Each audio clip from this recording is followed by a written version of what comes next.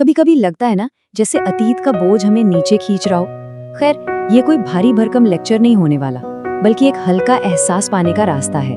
चलिए मिलकर इस सफर की शुरुआत करते हैं।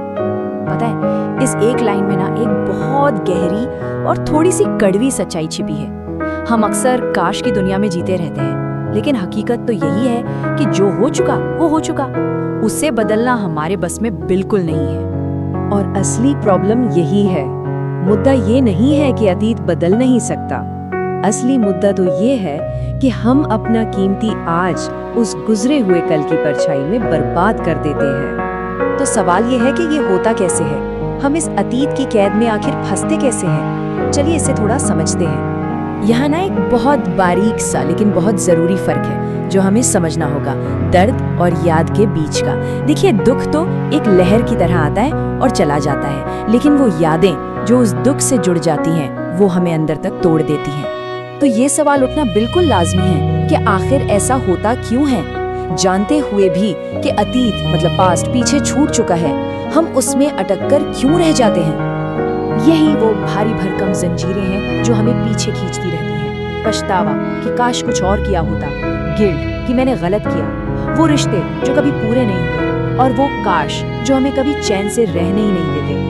और हमारे दिमाग की भी ना एक अजीब सी आदत है, ये बार बार वही सीन प्ले करता है जो दिल को सबसे ज्यादा चोट पहुंचाता है। लेकिन यहाँ एक बहुत जरूरी बात है, ये दिमाग की सिर्फ एक आदत है, जरूरत नहीं।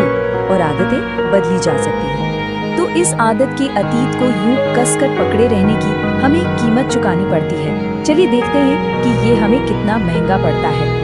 और इसके जो नतीजे हैं ना, वो धीरे धीरे हमारी जिंदगी के हर हिस्से में दिखने लगते हैं। सेल्फ कॉन्फिडेंस चला जाता है, नए रिश्ते बनाने से डर लगने लगता है, हर खुशी के पल में एक अनजाना सा डर घुल जाता है, और भविष्य बिल्कुल धुंधला सा लगने लगता है। ये सारे ही नतीजे बहुत सीरियस हैं, पर इनमें से एक ऐसा है जो सबसे ज्यादा खतरनाक है, जो हमारी पूरी शख्सियत को ही बदल कर रख सकता है। वो क्या है? ये आइडेंटिटी हाईजैक। मतलब जब मेरे साथ ऐसा हुआ था वाली कहानी धीरे धीरे मैं कौन हूं की परिभाषा बन जाती है। अतीत बस एक घटना नहीं रहता, वो हमारी पहचान बन जाता है। और यही सबसे बड़ा नुकसान है। ठीक है, तो हमने प्रॉब्लम समझ ली, उसकी कीमत भी समझ ली। तो अब सल्यूशन की तरफ बढ़ते हैं। इस कैद से आजादी का रास्ता क्या है? देखिए, यहाँ एक बहुत बड़ा कंफ्यूजन दूर करना जरूरी है।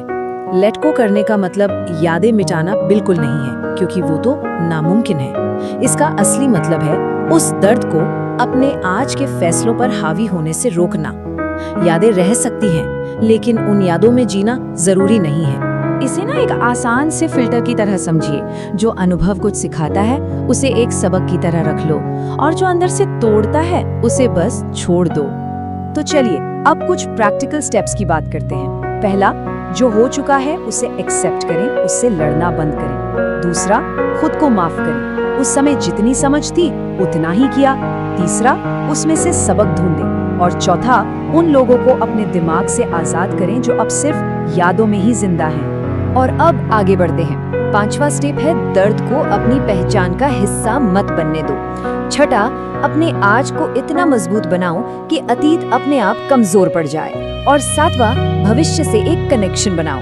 जब आगे देखने के लिए कुछ होता है ना, तो पीछे मुड़कर देखने की जरूरत कम हो जाती है। तो इन स्टेप्स को फॉलो करके हम एक नया भविष्य बनाने की तरफ पहला कदम बढ़ा सकते हैं। लेकिन ये भविष्य बनता कैसे है? एक बात हमेशा याद रखिए, नया भविष्य ना सिर्फ सोचने से नहीं बनता, ये बनता है रोज छोटे छोटे सही एक्शन लेने से। असली बदलाव सोच में नहीं, काम में है। और इसके लिए ये रहा रोज का एक सिंपल सा रूल। हर दिन बस एक सही फैसला लो, एक नई आदत बनाओ और एक छोटा सा गोल सेट करो। बस इतना ही। इन्हीं छोटे छोटे कदमों से ही बड़ा बदलाव आता है। और हाँ, एक बात हमेशा याद रखनी है, स्पीड मैटर नहीं करती, डायरेक्शन करती है। धीरे चलो, कोई बात नहीं, बस पीछे मत जाओ। तो आखिर में बस इस एक सोच को अपने मन में बैठा लीजिए, जो भी हुआ वो एक सबक था, कुछ सिखाने के लिए आया था। वो कोई सजा नहीं थी जिसके साथ पूरी जिंदगी बितानी है। सबक मिल गया है ना?